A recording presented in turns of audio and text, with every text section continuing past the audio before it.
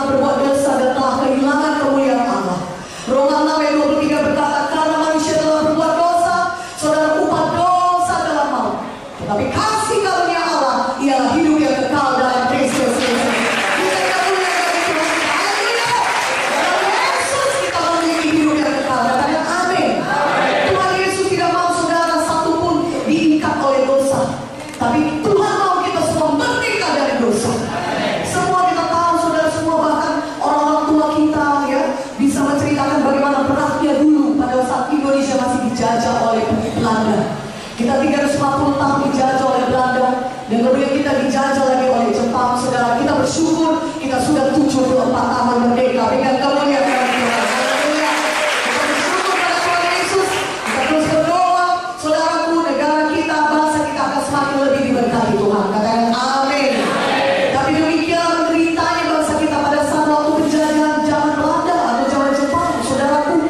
Ya, banyak penyiksaan, saudara. Ya, banyak saudaraku, bangsa kita dipaksa, saudara, kerja paksa, ya, membuat jalan, saudaraku, ya, jalan dendel situ, saudara. Nah, banyak bangsa kita yang mati menderita oleh karena itu, saudaraku. Tetapi ketika kita merdeka, semua kita bisa tahu bedanya sebelum dan sesudah merdeka. Katakan amin. Tapi tahukah saudara, ada penjajahan yang jauh lebih kejam daripada penjajahan dari satu bangsa pada bangsa lain, yaitu penjajahan dosa, saudaraku. Mari kita lihat Yohanes 8:32-36.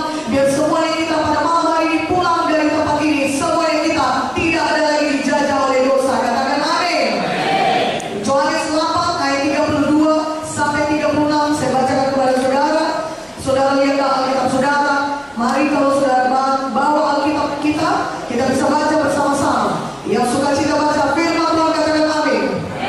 Yohanes 8 ayat 32-36. Kita baca sama-sama. 1, 2, 3. Dan kamu akan mengetahui kebenaran, dan kebenaran itu akan memerdekakan kamu. Jawab mereka, kami adalah keturunan Abraham dan tidak pernah menjadi hamba siapapun. Bagaimana kau dapat berkata kamu akan merdeka? Kata Yesus kepada mereka, aku berkata kepadamu, sesungguhnya setiap orang yang berbuat dosa adalah hamba dosa. Dan hamba tidak tetap tinggal dalam rumah, tetapi anak tetap tinggal dalam rumah. Jadi apabila anak itu memerdekakan kamu, kamu pun benar-benar merdeka. Amin. Jikalau kamu mengenal kebenaran, kebenaran itu akan memerdekakan kamu. Haleluya. Jikalau anak itu memerdekakan kamu, anak itu besar. Jikalau Yesus memerdekakan kamu, maka kamu pun benar-benar merdeka. Katakan amin. Orang jauh heran. Mereka berkata, kenapa kami perlu dimerdekakan? Kami ini keturunan Abraham.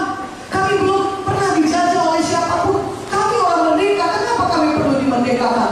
Yesus menjawab, barang siapa yang berbuat dosa adalah hamba dosa.